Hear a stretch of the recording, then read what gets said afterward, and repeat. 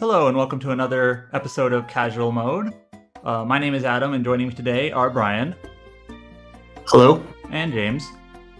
Hey. And today we're taking a look at Bug Fables. So, Bug Fables... Is this an indie roguelike? No, it's indie, but it is not roguelike this time around. So, Bug Fables, subtitled The Everlasting Sapling, if you have not heard of it, it is an indie game. It released on PC at the end of 2019, and that's the version I'm playing. You can see the date there. But it then, just this year, earlier, like late spring, early summer, released for all the consoles, so Switch, PS4, and Xbox One. And it's even getting a limited run release coming up here. I don't think it's been dated yet. I think it might have actually it might be in the pre-order phase. I can double check. I'm not quite sure, but Bug Fables is an indie game made by Moonsprout Games, which is a studio based in Panama. And it is a game that wears its Paper Mario inspirations quite obviously on its sleeve. Openly on its sleeves, yeah. Yeah, it's so for people who have been maybe pining for the old RPG style of Paper Mario games, or newer Paper Mario games like Origami King, it's a good game in its own right. I actually reviewed it for our site, but it is not really, it doesn't have the same RPG focus to it. So this game is kind of built in the mold of those older games. The inspiration is very obvious, but it does have some of its own cool, unique elements to it that Paper Mario games do not. Anyways, I'm going to go ahead and load up a file that I have here just about halfway through the game. There might be some light spoilers, but it's the type of game where there's not big things to spoil, really. So, here I am in kind of the hub area. And in Bug Fables, you play as 3 separate bug characters kind of in your party. So the bee is Vi, the beetle person there is Kabu, and the moth in the back is Leaf. And those are the 3 main characters you play with. I'm actually pretty sure the bee's name is pronounced V. Well, her full name is Violet, so I assumed it was Vi, but I might be wrong. But yeah, VI. But yeah, this is a so you've played this and I've played this. I think we're the only 2 on the site that have. I ended up, you mentioned how you reviewed Paper Mario. I ended up reviewing this, and I was pleasantly surprised by it. I scored it well. It's some people will look at it and think that it doesn't have the same presentation quality that obviously newer Paper Marios have. But whenever I play an indie game, I kind of have that frame of reference where I'm like, okay, this was made by 4 people and one of them was the composer, So you can kind of scale your expectations, but I think obviously it borrows the Paper Mario aesthetic. It doesn't a modern Paper Mario game really leans into the papercraft style, it builds it into the world, whether it's stickers or origami. Where this one, it borrows the graphics, but it doesn't it just borrows it. What's the word? It doesn't ever explain it in game. Yeah, it's just everything is 2D. That's just how it is. They don't roll up. They don't fold into paper airplanes. They don't. It's just how it is. But I think it's when Paper Mario first. And sorry to anyone that thinks we shouldn't make the comparison. I think it's the sort of game that you have to make the comparison. When it first released in Japan, it was called Mario Story, because I think the intent was that it was a pop-up book or like a children's book, and that's kind of more of the style I think they're going for here. Less everything's made of paper. So it's meant to just be kind of a fun adventure story that you would see in a children's book. Yeah, that's my interpretation anyway. Yeah. So, anyways, I'm in chapter 5, and where we are in the story right now is we're heading to the Wasp Kingdom, which is basically just stolen an artifact. The wasps are basically your antagonists at this point in the story. And right now we're meeting up with some ant soldiers who are basically going to help escort us there. So, unlike Paper Mario games where it's Mario and one partner, or Mario by himself more recently, with one ally acting as his voice, this is pretty much a 3-person party from start to finish.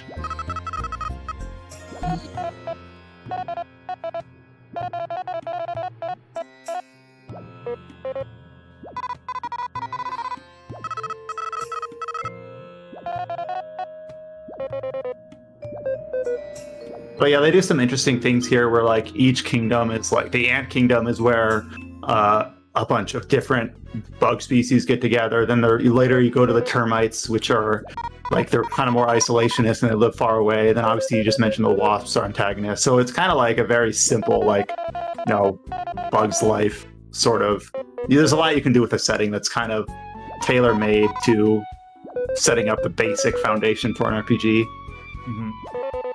And like you mentioned, with 3 characters, yeah, they actually like all participate in dialogue and things like that too, rather than just like Mario's like partner or whatever, fairy talking for him sort of thing. Because he's just more of a mascot than a character. Mario is. And obviously this isn't like a groundbreaking narrative or something like that, but it's charming. It has like the different characters have pretty, I think if they went more than 3, the archetypes between the Leaf, Vi or V, and Kabu would be kind of muddied and lost. So they each have like a very distinct personality, and when the 3 kind of interplay with between each other, like even in battle, where before it's just kind of like you have the one character that's that chapter's partner character who just acts as Mario's voice for that chapter, and that's pretty much it. I'm not saying it's intrinsically better, it's just different. It's something they can do with the way they've set up this game that Paper Mario can't really do with its character being notably silent. So anyways, in the dialogue there, basically Maki, the ant there, sent his sister off to protect that larva. She didn't want to go, but she kind of listens to him. And Kabu is familiar with this place. Alright. Alright, battle. So yeah, obviously the setup in terms of the UI borrows a lot from Paper Mario 64 or Thousand Year Door. This is actually kind of an interesting thing where you did basically the tattle, which would normally be like Goombario or Goombella's thing, but now any of the characters can do it. And here's like a level of detail that this game absolutely didn't need to do, but depending on which of your party members you tattle with, they say something different about the enemy. And I'm just like, why would you do that? I'm not saying they shouldn't do that, because that's an incredible attention to detail. It's just crazy that they went that far.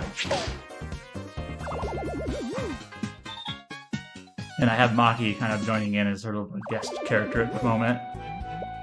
I've already played this part, I just don't quite remember, like, I have my endgame strats in mind while I'm playing this, like, oh yeah, my characters aren't set up the same way as they were before.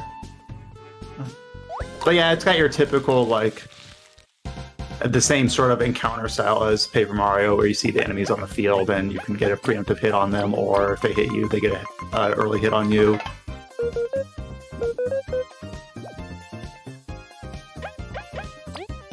And so there's also a component in play, a mechanic in play, where like where your characters are on the battlefield will affect their attack and strength, or their strength and defense, I should say.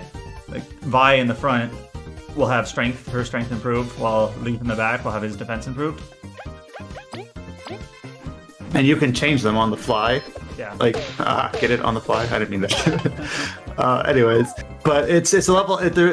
This game obviously is not like super involved, but it does a lot of neat things where it gives you a lot of simple tools that you can then kind of shift around and use based on what character you want to focus on in terms of who do I want to have in front, who do I want to have in back. Vi obviously can hit from a distance, so she might be better suited from the back, but you have her in front because that way she's more of a glass cannon. Kabu is more defensive, so maybe he should be in front. He's melee, etc., etc., etc. Like it's interesting that when you read up like on the forums for this game, I'm talking about like Steam forums, but also I'm sure other places, where when people are playing this in like hard mode or doing some end game stuff, they set up like legit strats. Like the way I set this up was I put these badges, or do they call them medals in this game, on this character, and I put them in the front, and I put the medals. Yeah, so medals are basically badges, and you'll see that a lot where it's just like this system is borrowed from this system, but it's intentional.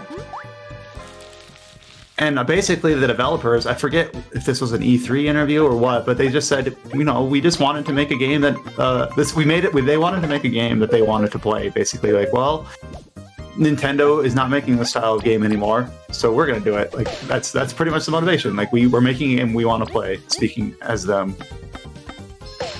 And obviously each of the attacks have their own different button inputs, just like any of those Mario RPG, Mario and Luigi games.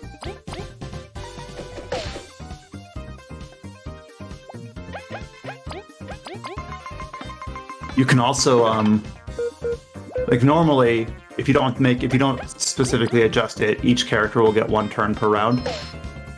But you can have them hand off their turn, so you can basically have Kabu, for instance, act twice instead of having Leaf act. Yeah. But when they act a second time, their effectiveness is down, so there's the trade-off.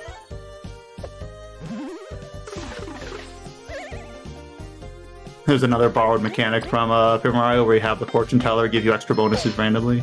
Yep. The EXP prompting in the lower right is pretty much the same. Like I feel kind of bad that we're just saying Paper Mario so many times in this video, but it is, you know, very... I mean, they wear it on their inspired, sleeve. Right. I mean, just because it's inspired, I mean, you can tell that it's still trying its own things. Even if it's borrowing quite a bit from Paper Mario, as long as it's clear that it's not just copying, it's like iterating on it. Yeah. Can't really complain too bad. It's not like there's like dozens of different games that are aping Paper Mario style, so... And for what it's worth, the last RPG-styled Paper Mario game, not counting Super Paper Mario, But came it's out in literally like 2004. 2 decades. Yeah, so it's not like it's been oversaturated in terms of what's available. And just to be clear, like, you enjoyed Origami King. You reviewed it. You didn't score it that highly, but you said it did a lot of things well. It was surprisingly good. We're not saying like I don't want people to boil it down to like old school is better, new school is worse. This is what it should be. Like, no, this is just this game is good. Game is good, or at least we believe. I believe. I guess I don't speak for anyone else. That what this game is doing, it's doing well, independent of anything else that anyone else is doing. So there are a couple like field skills, like going over. Yeah, like the typical like lock and key sort of access new areas with a new ability that you gain through the story. Like Kabu can like uplift boulders, and then Leaf can in case it hasn't been clear, Leaf can use like ice magic, and the story kind of explains it. So that's kind of what he's doing with his shield and what he's holding in his hand right there. He's kind of like your backline character. At least that's the way you're running him. Yeah. He can like disable people, freeze them so they don't get a turn. He doesn't do a ton of damage, but he kind of like debuffs, etc. One of the strategies that I actually used pretty often was I would have Vi and Kabu basically do all the damage dealing, and then when it's the boss's turn, I would have Vi use the is it TP in this game? The MP in the upper right? TP, yeah. It's what is flower power in the other games. He can freeze bosses so basically they don't get a turn, so they don't do any damage to you. Almost up to a level. I can't wait to see that because it's another way that it'll look a bit familiar. And there's the boulders that you can uplift with Kabu, but I don't think you have that ability yet. No, I don't. So yeah, there's some basic like dungeon-y exploration. Not really dungeon, but you have to figure out like what path is open to you, what ability you get when you go on that path, and you have to revisit other areas either to progress the story. I don't have the ability to take those boulders, so I need to basically just keep that in mind for later. I know some people have said that this game looks like, obviously it's not up to par in terms of visuals. I've seen some people say that this game is just like atrocious looking. I guess I can sort of see that. It's not the prettiest. I think the art style helps it a bit. I don't know. I think you just like, I don't know. I don't feel that passionately about it. In the mindset that it was made by like a handful of people, I think it looks pretty good. I mean, it very clearly has its own art style, and I don't think it looks bad. I think that, yeah. I think some of the specifically character and enemy models I've seen, like, oh, they look like they were made in MS Paint. And I'm like, well, maybe.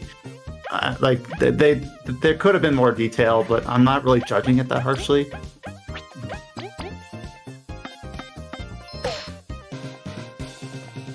PC port does like run pretty well. Well, obviously it's not though. Or yeah, the PC. Yeah, I guess I'm so used to saying port, but yeah, I guess the PC version is original. The way I played this, and it's sometimes, like, for instance, you might think, well, of course it runs well. It's like, why wouldn't this game run well? But another game that I played recently was Fae Tactics, another game that's not graphically like demanding, but the PC port didn't have like resolution options or anything like that. So this game does. I don't remember all the specifics, but I didn't really have any qualms about running it. And you can see here, Adam is throwing that boomerang as kind of his choice to engage in the combat. And what does it do? It gives that character an extra attack, which is why it has ×2 above her head. Yeah. I like, and then I see you move her to the back. I like playing as Vi on the field because she's the only one that can attack, or Leaf can attack from a distance too, but Vi's is a little bit easier to aim.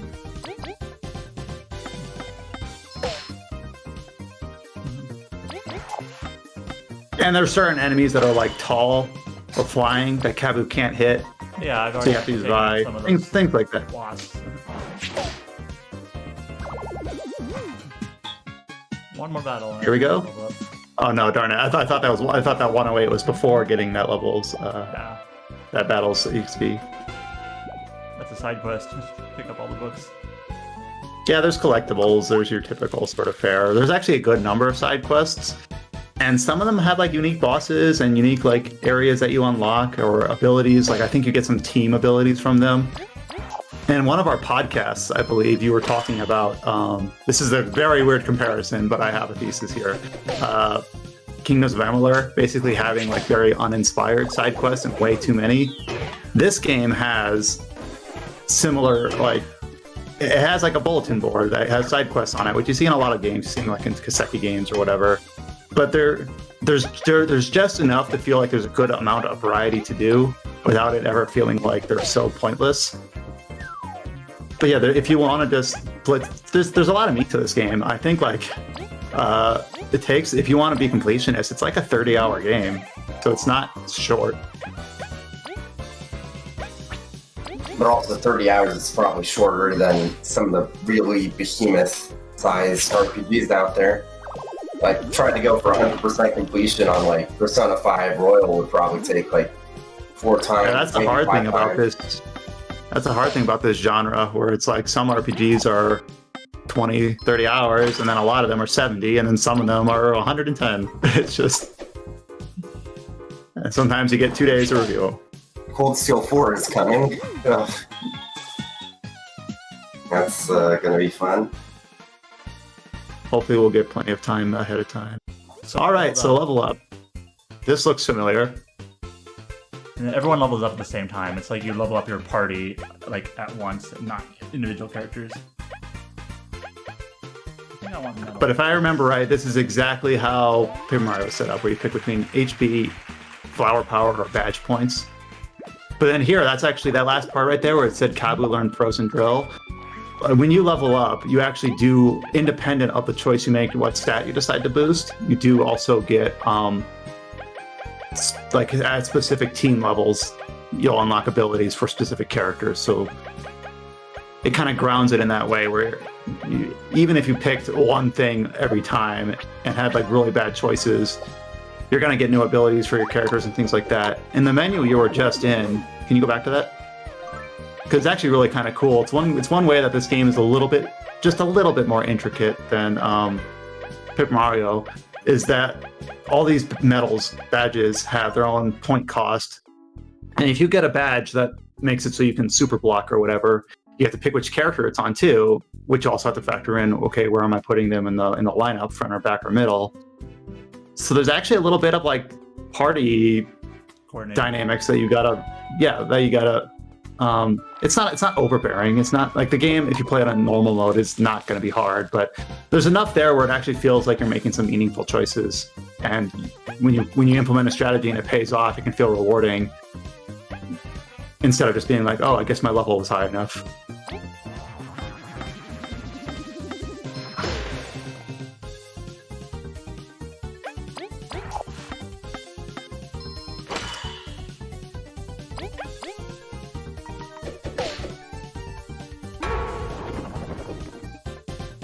I'm trying to remember, can you do anything when they dig, or you just kind of have to wait it out? Leaf can attack them. Oh, that's right, the magic.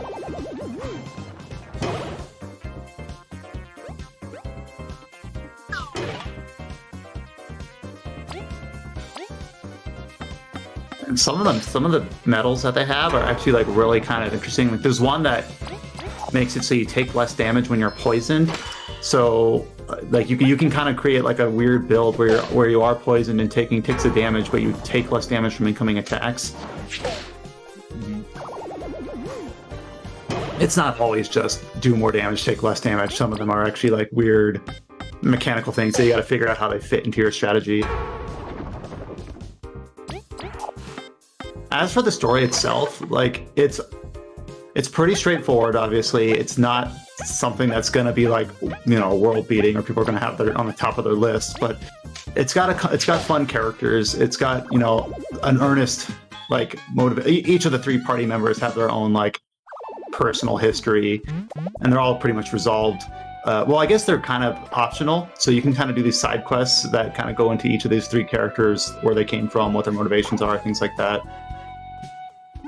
It's enough to be like compelling without being like overly grandiose. Like I guess and they kind of play into like some, I don't know how to word this. Like for instance, the Bee Kingdom, they're all like diligent workers. They all know what their role in society is, and V doesn't want to do that. She wants to be an adventurer, etc., which is against the wishes of her family. Blah blah blah. Which is kind of like I could see that coming. That sounds like a DreamWorks movie plot or whatever. But there's enough there that you're like, you know what, I'm on board with it. That's fine. It's good. Kind of skipping some of the battles now, just for the sake of time. Well, as usual, it's kind of like sandwiched like any other Paper Mario chapter, where you have like a little bit of a story premise. You go into like a field area where you fight some battles, level up, and then interspersed with these little story segments.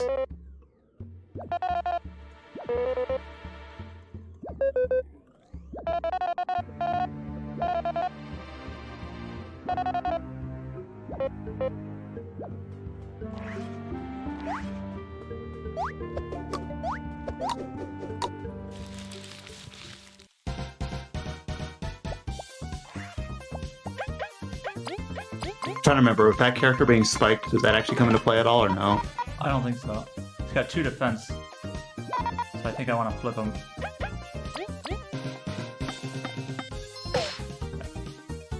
Oh, that's what it is. It shows that he's got a shell, and I will do more damage. Yeah. I don't think this will do anything. Oh no, his defense is gone now. Okay.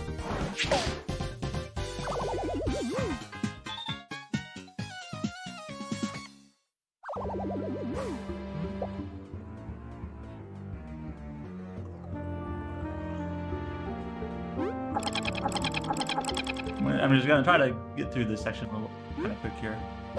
Trying to remember what I have to do here. There we go.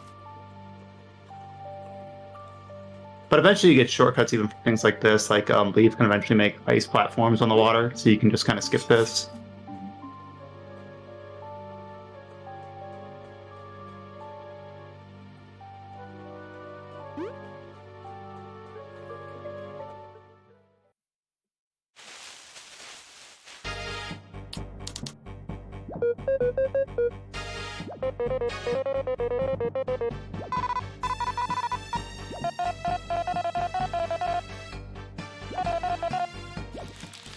You can see a little bit of the character acting there.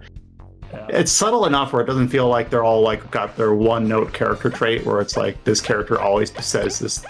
Sometimes I feel like some games and some TV shows, they have a character trait in mind, but they kind of stick too strongly to it, where it almost feels phony.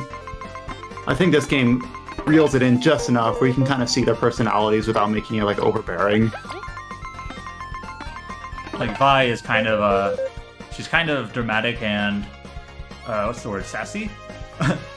She's like, these guys look harmless, and then Maki the Ant Knight is like, well, so do you. And he's obviously like super diligent and respected and things like that. And by the way, the music in this game is pretty good, as you can hear in this sort of semi-boss battle music. It punches above its weight class. There's some tracks that are just like, man, this doesn't need to be. And I don't know if you'll get to the end of this chapter, but the boss music of this chapter is really good. If we don't get to it, we'll just link it in the description. You failed? Oh no, you did that. You did the freeze thing, but it just didn't stick. Yeah. And then these enemies have a cool mechanic where they're like a tribal species of bug. And this is another example of like the different bug types kind of being implemented in a fun way, where these are leaf bugs. When you damage one, the other two get a damage boost. So if you want to try to down one, the other two are going to get stronger, but now you don't need to worry about the third one, etc. And I think that guy with the club ends up being like really powerful. Let's see. Yeah. He died. Here's another cool little system. You see that warning triangle above V's head. She's going to take damage in like a turn, etc. So you can either have her defend or put someone else in that back row, or try to finish the fight before it comes down, etc.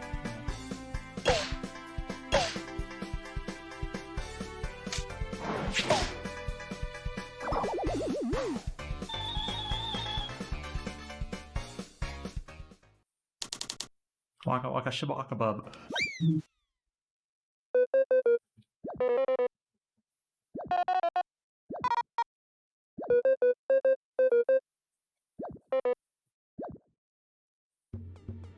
And Kabu is always very likely to talk to himself more than the other ones do, with those parenthetical comments. They're just little things that are kind of like, you notice them once you just keep playing through.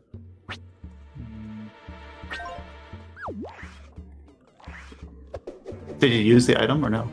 No, I kind of want to save my items right now. So I think I'll do this.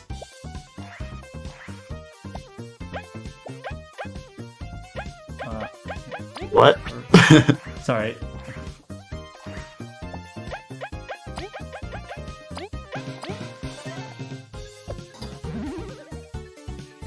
So that wasn't an item, that was an ability. It looked like an Yeah, item. Vi has a secret stash. By the way, I'm pretty sure it's pronounced Vi because her full name is Violet.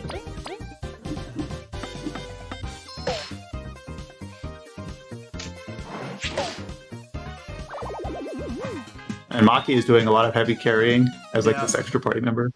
But I think that this dungeon is designed around that, Yeah. for this area. Oh, You tried avoiding the club and ended up in the water. shoot. I see what you're trying to do, but you want to get the hit and then jump to the platform and then get them. All right. Yeah.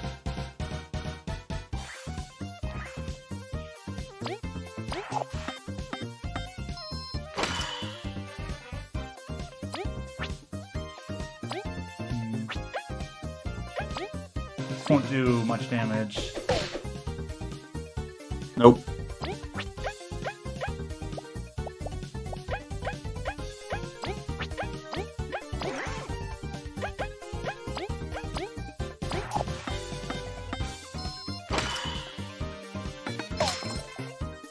Yeah, you tried to freeze them so they wouldn't get a turn in, but it didn't work. And there's badges you can equip that make it more likely to stick and things like that.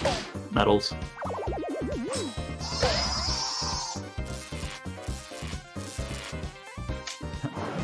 That thing paralyzed all of us.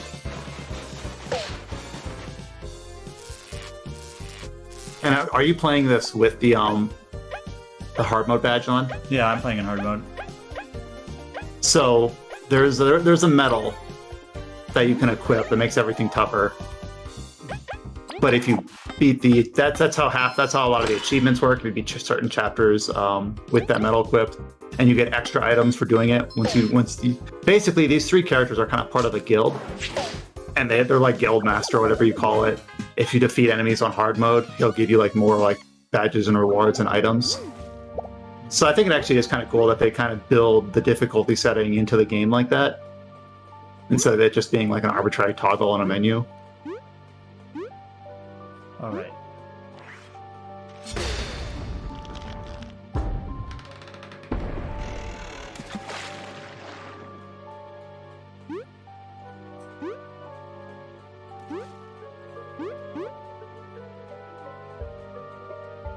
Even like the little like puzzle pieces, like those linking blocks that connect the different screens, are very reminiscent of Paper Mario games. Yeah.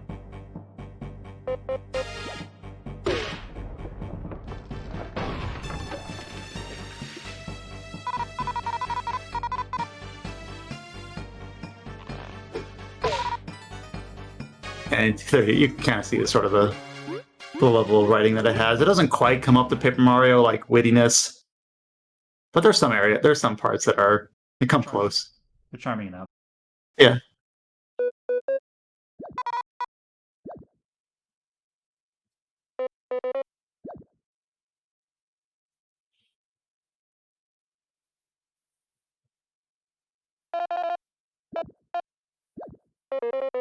Oh no, the person carrying you is now injured and separated.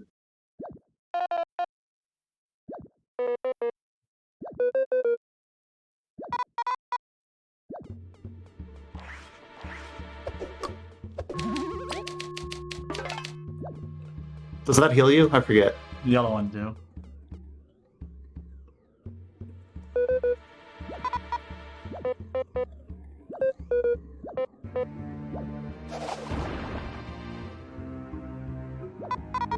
Okay then.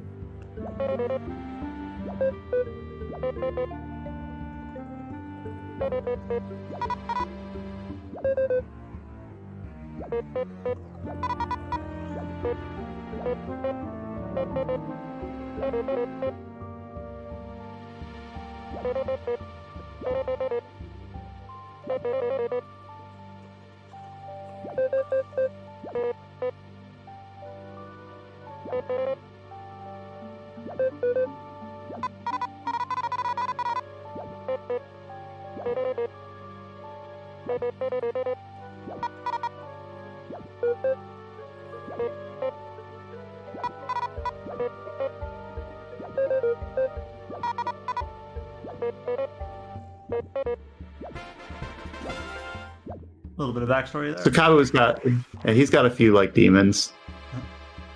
On the outside, Kabu is like super nice though. That's sort of his character trait. Oops, wrong button. As you can see, he also does have a dig ability. Yeah.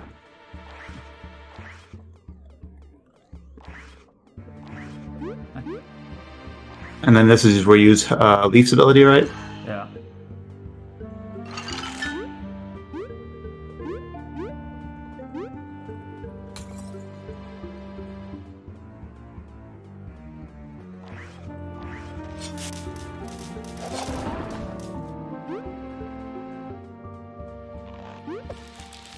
Oh no, I saw you're trying to avoid him. Yeah, and now I don't have a Maki helping me out. I'm guessing though that they deliberately like toned down the fights a tiny bit because they know you don't have Maki now.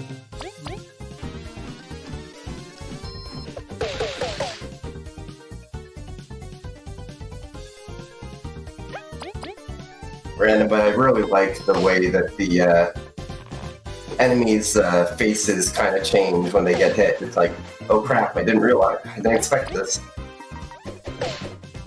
Yeah, each of the different character models has like a good number of stances, portraits. I'm not sure what you'd call it.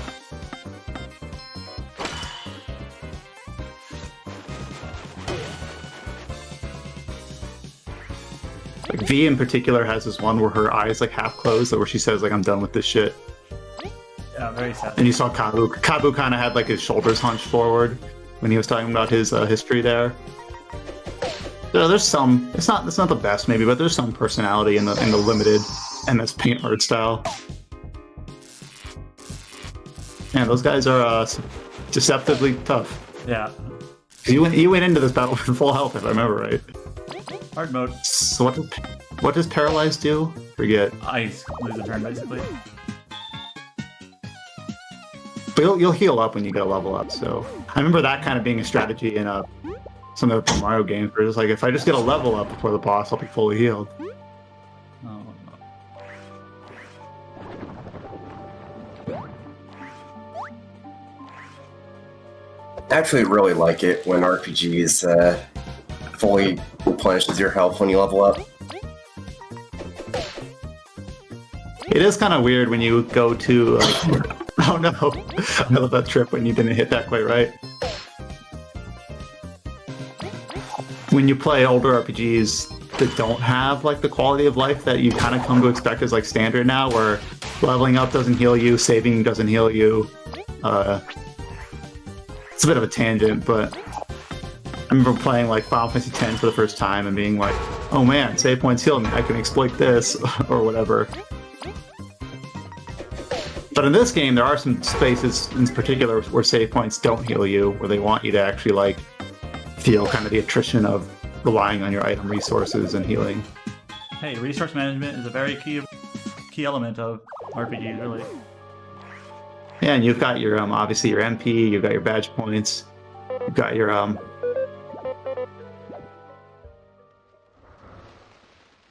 dun dun.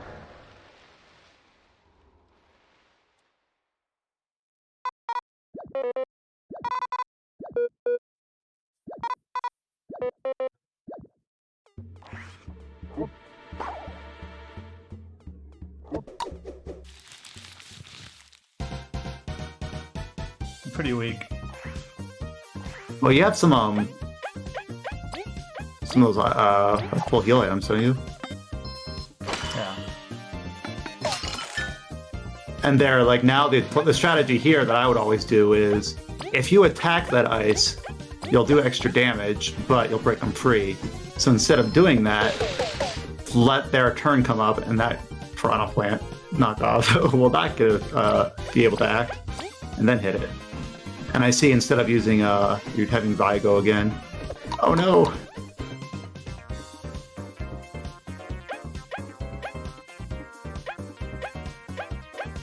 I would just have him use an item. Or do that. Okay. That wasn't the strategy.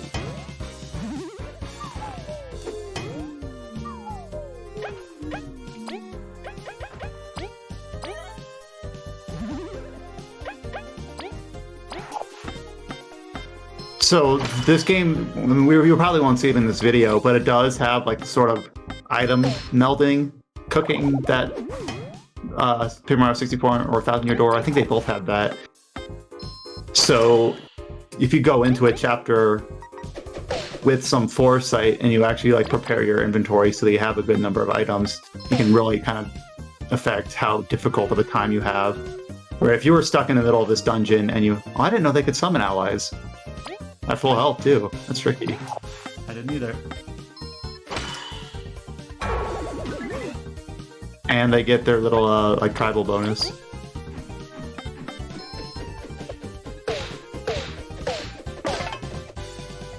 Unbelievable.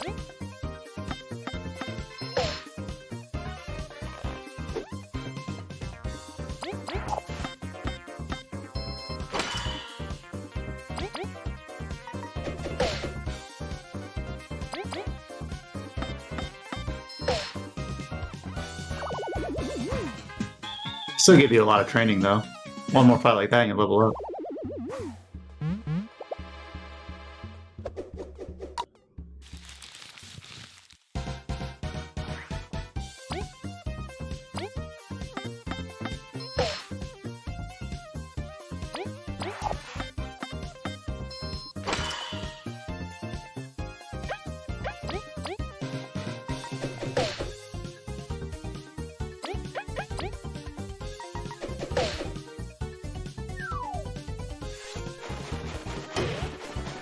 This might actually be really bad. Well, you have all those items that you're not using. Oh, I didn't realize those guys could heal. Yeah, I probably should just use one. There you go.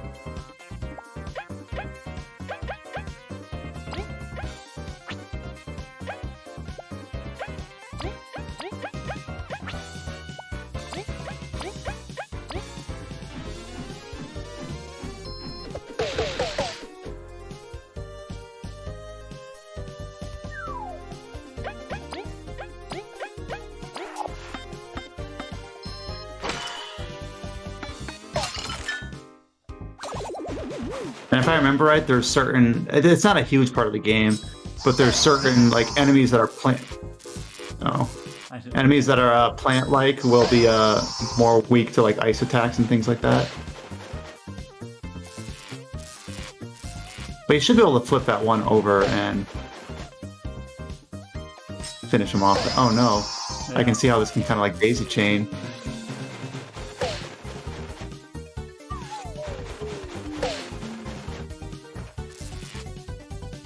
Run away.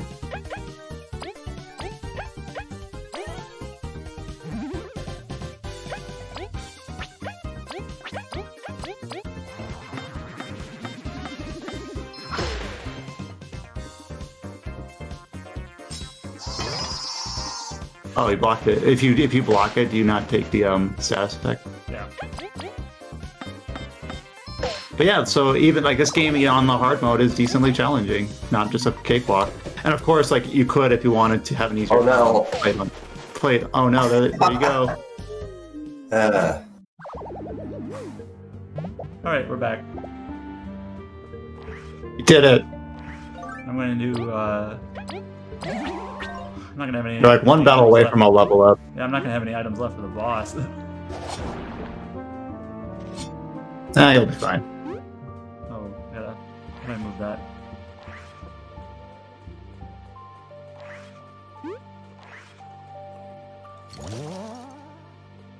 I don't remember how I moved that. Oh, I go this way.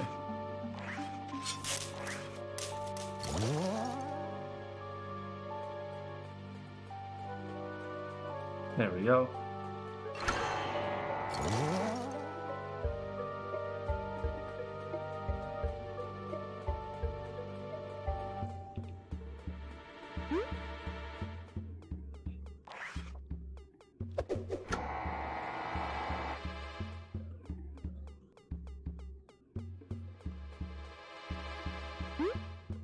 And we get over.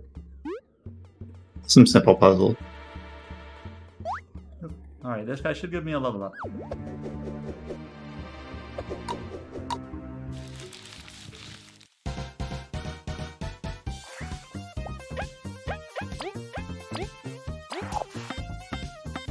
And they can't paralyze you.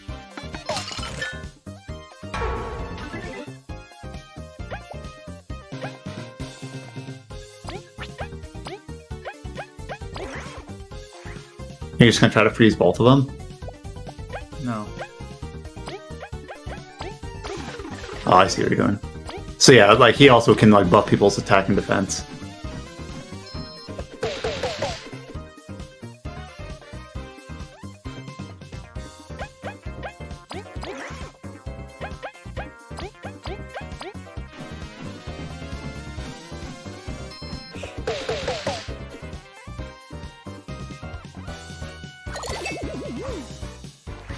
Alright. Poor guy's gonna come out of the ice and be like, "Where's my buddy?" Oh.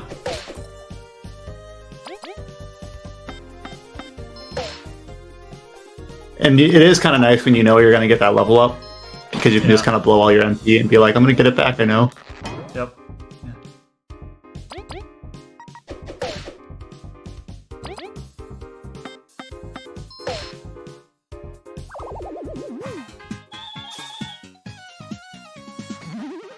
All right.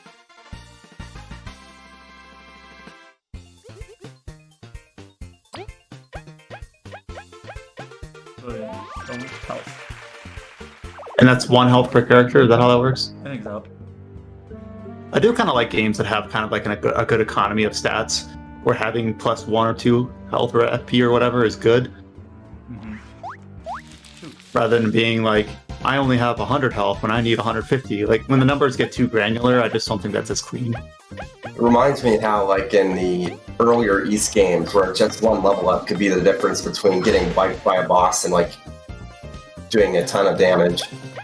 Right, where it's just like, man, I feel like I'm absolutely underleveled for this. Then you gain 1 level up and you're out. And then you cream the boss. You just, each one has such a, you can feel it compared to like Star Ocean games where you get to like level 250 and in the 200s, getting 20 levels doesn't really have that much of an impact. No, not again. Oh, you blocked it. You did it. You're learning. Yes. Can you, like, if you wanted to, I'm guessing there are like some badges or whatever that prevent paralysis? Probably. But why do that when you can just get good?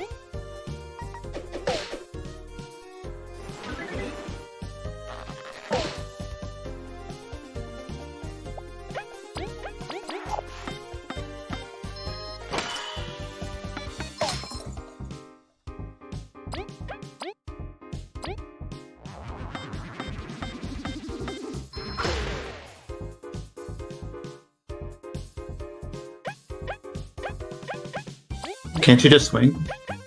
No. Oh, she might not do enough damage from the back row, right?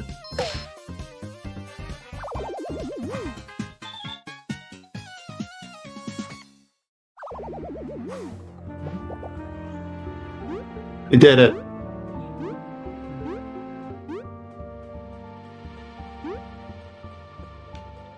Oh, wait.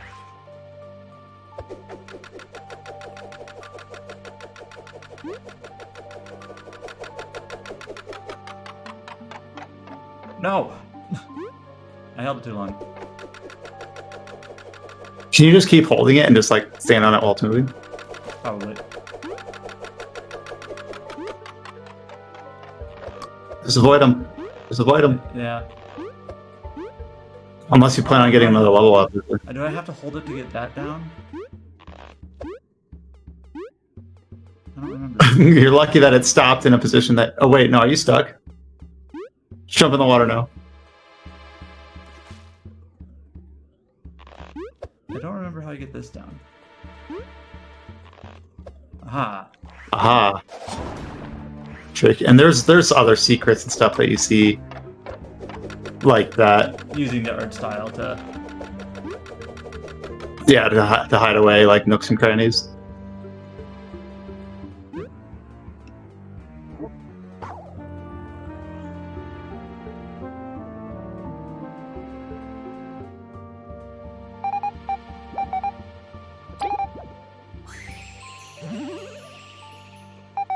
Venus is a character who kind of shows up in various places just to heal you.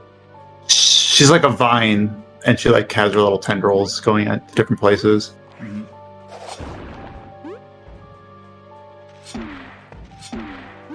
Platform in. Oh wait, I need one more.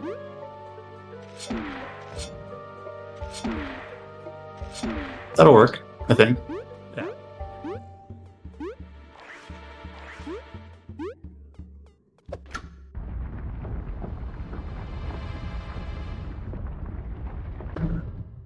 All right.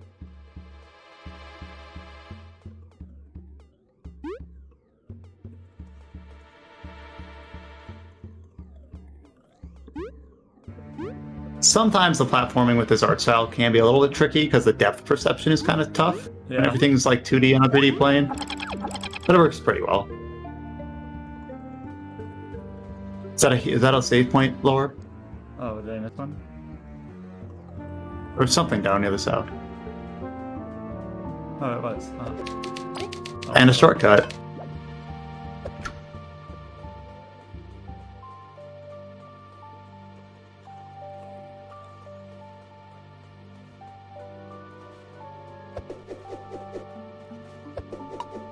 It's one of I'm those. trying to remember.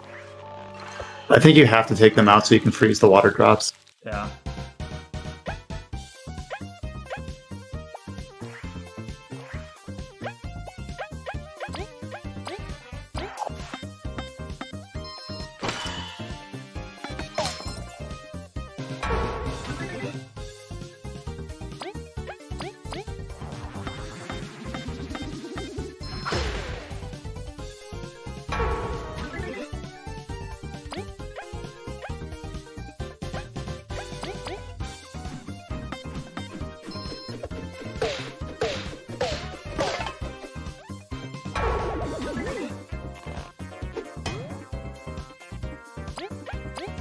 These bug things seem weaker almost than like those just native forest creatures.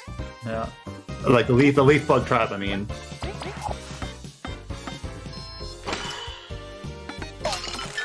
They kind of have their one gimmick with the strength up, but it doesn't really get them that. They don't gain much from it. I think if you just did a regular attack, you would. Oh, that'll work. You just waste the turn. He doesn't get to go, and then all three of your characters can move. Yep.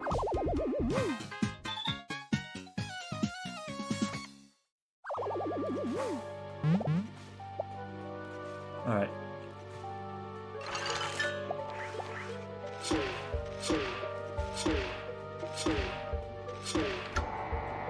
Easy. Yep.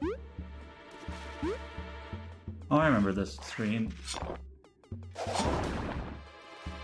You can definitely see it all coming together now, where it's like, all right, you know how to break the boulders, you know how to freeze the water. Here's a puzzle that incorporates all of it.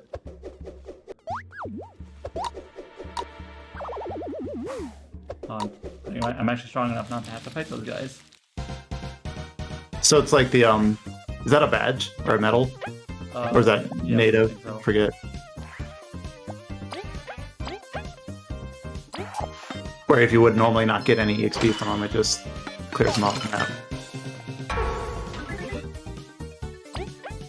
But yeah, I used this strategy a lot too, where I would always freeze the one of the enemies every time they tried to get a turn.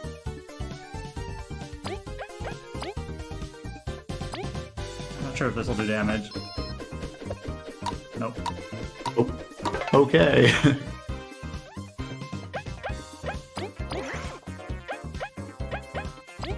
This might do 1 damage. 2.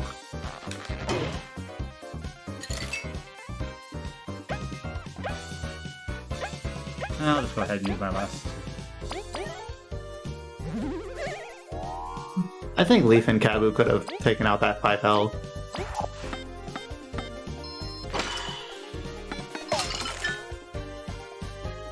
Now what you gonna do?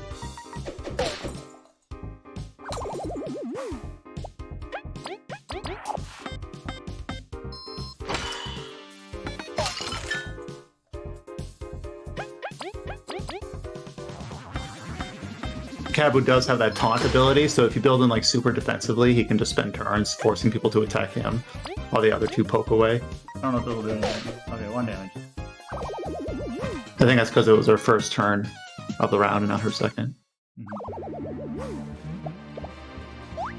Alright, that one comes back.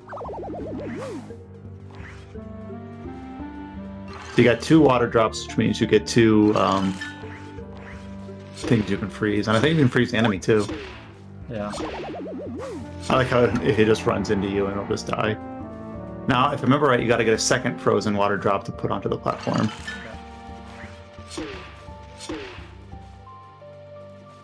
Now, do you have to freeze the enemy too? I'm trying to remember.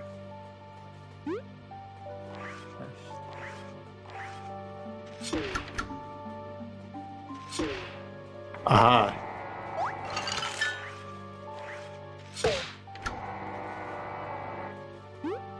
And then the enemy will break free eventually. I don't know if I don't remember if I need both of these. Oh, I was not certain that block on the right would make it. Okay.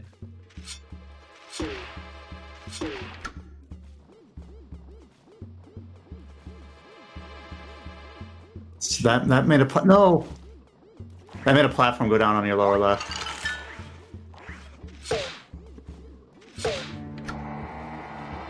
But I think. We'll just blame the platforming. Oh no, it looks like the ice froze or melted up there. No, I think. Oh no, it's still there.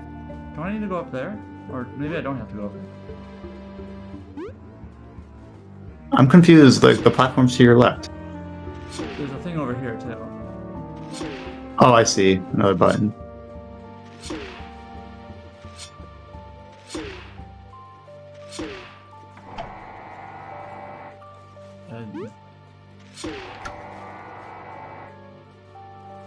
No.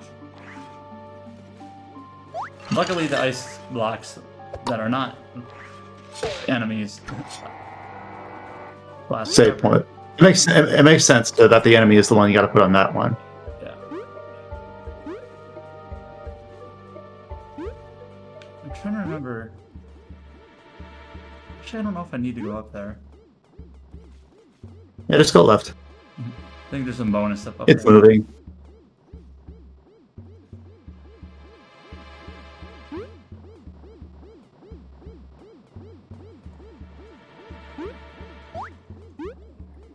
No, not those guys. Yeah, Demon bugs. Those guys cause me issues. Alright, now you're back on the screen where Maki got separated. Another shortcut.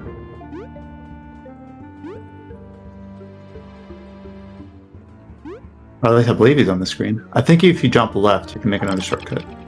Yeah. Yeah, with the boulders.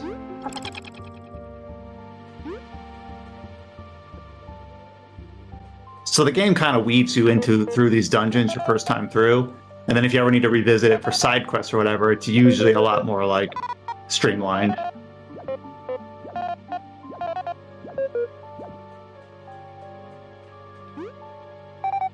A save point and a heal item.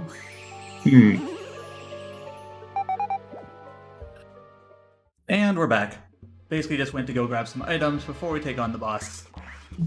Which is very obviously coming up here, even if I didn't know it. Like, they use a save point, the healing guy's there. Like, Alright. And, like, items are the primary way of healing. To go in the boss without it is, like, especially on hard mode, it's just not going to happen. Right. Like, you could settle on normal mode and probably be fine. I'll let this scene play out.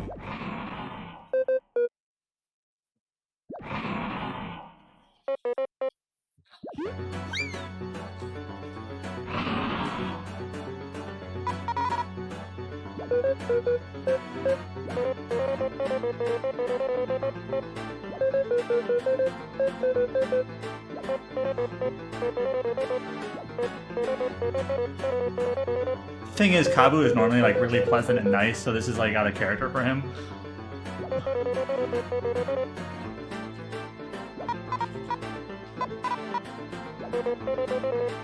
Yeah, obviously he has a bone to pick.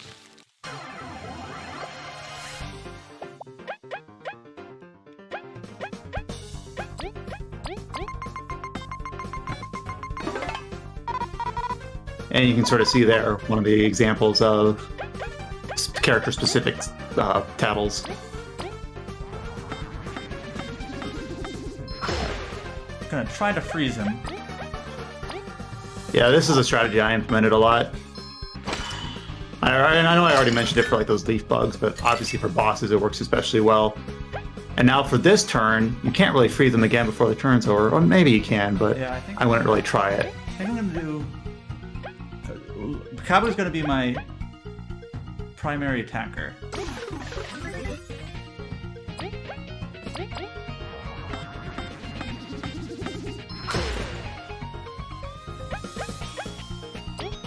Yeah, I guess you can try to freeze again. You're kind of burning through your MP though. Well, I just got a bunch of items. Yeah, that's the thing. Like, not only are having healing items on hand good for... Oh, he heals himself when he attacks. Yeah. Obviously, keeping topped up on your health, but you can do more damage. You can disable them more often if you've got ways to heal your MP. I actually just really like games in general that have a high prioritization on like item management. It's not really the same sort of game, but another game that I remember being like that is the Dark Cloud series. Those two games. I remember those games being very critical on what you had like on hand, determining whether you had a good time or not. Yeah. I'm gonna go ahead and just... I kind of over-prepared. So go ahead and use one of my items.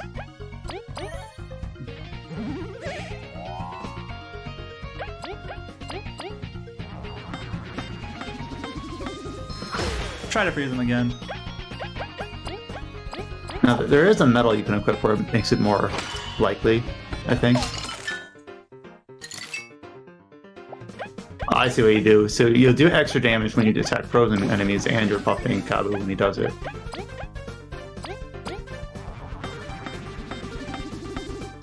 About halfway there?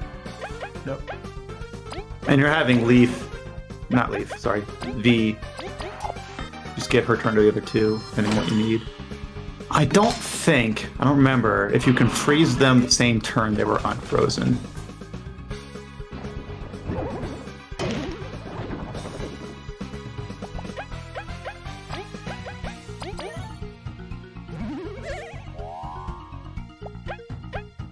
And I think there might be a system at play where they're less likely to be frozen the more times you've already frozen them in that fight. I'm not 100% certain what the actual like numbers behind it. At least that attack doesn't heal him.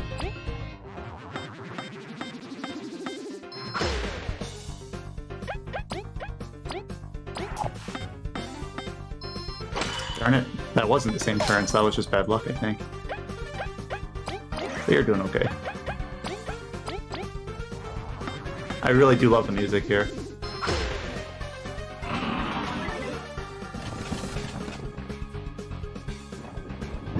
that was kind of like he like gave like the "come at me, bro" animation right before he blocked the attack. He does actually like that is intentional. He does have the ability right there that you keep skipping past taunt, where he has, I think he has inherently higher defense. Maybe not, but like you can like make him, like, you can put him in the back. You can have him taunt, where he takes less damage. I think you can give him a badge where he does damage to anyone that attacks him, etc. You can make him like a tank, or use him as a damage dealer like you are, by putting him out in front. Alright, so late in the fight. Yeah, you're not getting lucky, but yeah, but I should be fine. But late in the fight, now he has higher attack, and he attacks twice, so he's kind of like ramping up with his last sliver of health here.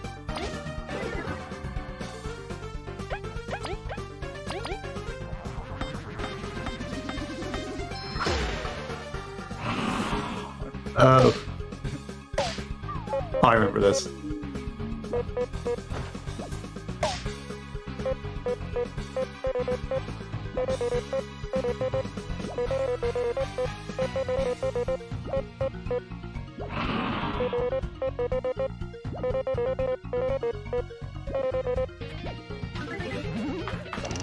There's a comment on the YouTube video for this music where it's like, local bug, too angry to die.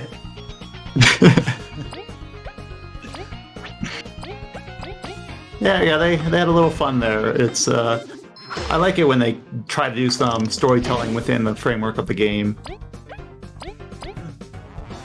Though it does, what it means in practicality is that once you trip that trigger, for that to happen, you basically win. Right.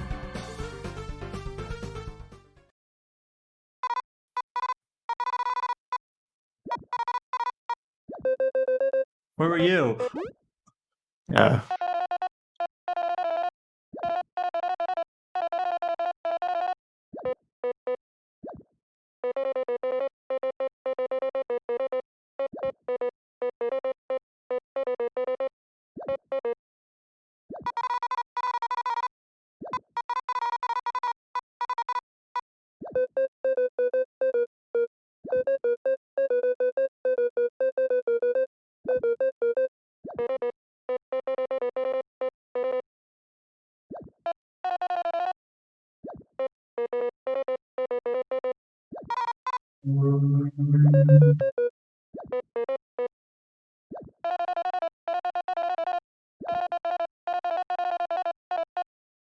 I do kind of like Kabu's characterization, where he kind of has like these self-doubts, and he does rely on the others to kind of bolster him up a little bit without being like too much in that direction. Yep. And I think there's a little bit more in this chapter, but I think that gives a good overview of what Bug Fables is about. It's a pretty cool game. It's got a nice soundtrack. It's got Maybe cool now ideas. that you've watched this, you can see what all the buzz is about.